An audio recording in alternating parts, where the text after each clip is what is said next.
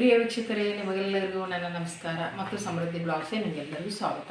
ಇವತ್ತಿನ ಮನೆಮದ್ದು ಏನಾದರೂ ವಿಶೇಷವಾಗಿ ನಾನು ಇವತ್ತು ಡಿಫ್ರೆಂಟಾಗಿ ಹೇಳ್ತೇನೆ. ಸ್ಕ್ರಬ್ಬು ಥರನೂ ಯೂಸ್ ಮಾಡ್ಬೋದು, ಫೇಸ್ ಪ್ಯಾಕ್ ಥರನೂ ಯೂಸ್ ಮಾಡ್ಬೋದು. ಆ ಥರ ಒಂದು ಪೌಡರ್ನ ನಾನು ಹೇಗೆ ಮಾಡೋದು ಹೇಳ್ತೀನಿ. ಇದು ಹೇಗೆ ಅಂತ ನೀವು ಮನೆಯಲ್ಲೇ ತಯಾರು ಮಾಡ್ಬೋದು. ಇವಾಗ ಅದಕ್ಕಿಂತ ಮುಂಚೆ ಯಾರು ಹೊಸಬ್ರು ನನ್ನ ಚಾನಲ್ ನೋಡ್ತಾ ಇದ್ದಾರೆ, ದಯವಿಟ್ಟು ಸಬ್ಸ್ಕ್ರೈಬ್ ಮಾಡ್ಕೊಳ್ಳಿ ಮತ್ತು ಪಕ್ಕದಲ್ಲಿರೋ ಬೆಲ್ ಐಕಾನನ್ನು ಮರೆಯದೆ ಪ್ರೆಸ್ ಮಾಡಿ. ಇವಾಗ ಪೌಡರ್ನ ಯಾವ ಥರ ಮಾಡೋದು ಅಂತ ಹೇಳ್ತೀನಿ. ಫಸ್ಟು ಒಂದು ಕಪ್ಪಲ್ಲಿ ಎರಡು ಟೀ ಸ್ಪೂನಷ್ಟು ಶುಗರ್ ಹಾಕ್ಕೊಳ್ಳಿ. ಆಮೇಲೆ ಅರ್ಧ ಟೀ ಸ್ಪೂನಷ್ಟು ಹಲ್ದಿ ಹಾಕ್ಕೊಳ್ಳಿ. ಪ್ಯೂರ್ ಹಲ್ದಿ ಪೌಡರ್ ಇರಬೇಕು, ಅಥವಾ ಕಸ್ತೂರಿ ಅರಿಶಿನ ಅಂತ ಬರ್ತದೆ, ಅದು ಹಾಕ್ಕೊಳ್ಳಿ. ಆಮೇಲೆ 1 ಟೀ ಸ್ಪೂನಷ್ಟು ಜೇನುತುಪ್ಪ ಹಾಕ್ಕೊಳ್ಳಿ. ಆಮೇಲೆ ಆರೆಂಜ್ ಸಿಪ್ಪೆದ್ದೇ ಪೌಡರ್ ಸಿಗ್ತದೆ ಅಂಗಡಿಯಲ್ಲಿ, ಆಯುರ್ವೇದಿಕ್ ಅಂಗಡಿಯಲ್ಲಿ ಇರ್ಬೋದು, ನೀವು ಆನ್ಲೈನಲ್ಲೂ ಸಹ ಸಿಗ್ತದೆ.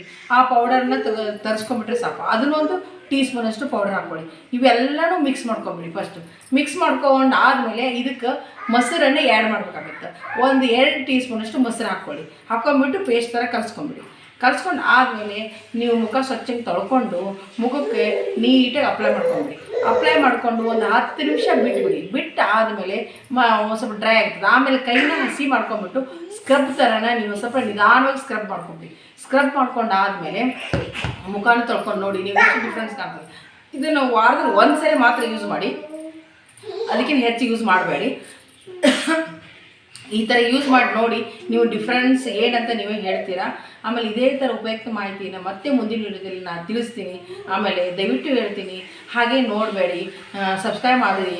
ಆಮೇಲೆ ಪಕ್ಕದಲ್ಲಿರೋ ಬೆಲ್ ಐಕಾನನ್ನು ಮರೆಯದೆ ಪ್ರೆಸ್ ಮಾಡಿ. ಆಮೇಲೆ ಈ ವಿಡಿಯೋ ಇಷ್ಟವಾದರೆ ಲೈಕ್ ಮಾಡೋದನ್ನು ಮರಿಬೇಡಿ. ಆಮೇಲೆ ಈ ವಿಡಿಯೋ ಮುಕ್ತಾಯ ಮಾಡ್ತಾ ನಿಮಗೆಲ್ಲರಿಗೂ ನನ್ನ ಧನ್ಯವಾದಗಳನ್ನು ತಿಳಿಸ್ತೀನಿ.